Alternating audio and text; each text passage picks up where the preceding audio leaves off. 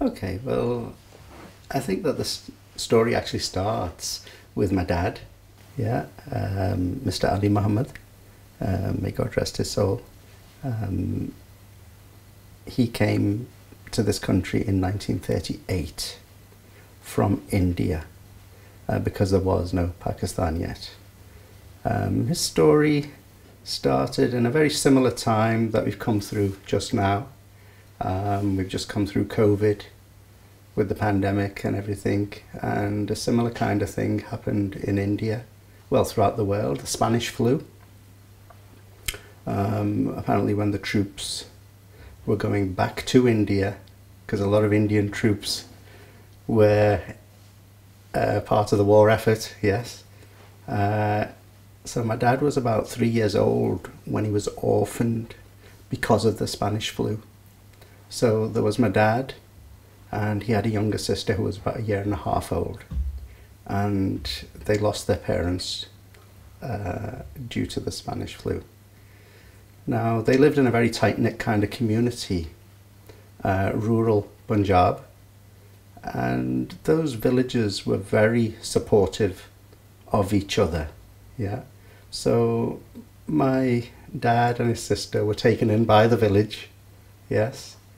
And when my dad got to about, I think about 20, 21-ish, yeah, there were a couple of guys already over here in the UK who thought it might be a good idea, from that area, from his village, who thought it might be a good idea to bring Ali over here so he can make a life for himself, yes.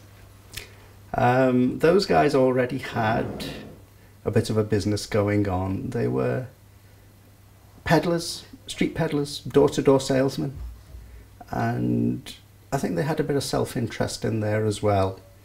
They were enticing young Indians to come from these rural villages so that they would have a little workforce to go out selling door-to-door, and that's how they ran their business. So my dad made his way to, he got a passport made and everything, yes, and he made his way to Calcutta, which is where the boat sailed from, and he came, I think it took him about 3 months to get here, and I think he worked part of his passage as well, which you could in those days apparently. So it was by sea, a little bit by road, a little bit by sea again. And this older gentleman who was already over here, they were based in Glasgow. So Mr. Adar Mohammed Ashraf went to London docks to go and receive my dad when he got off the ship.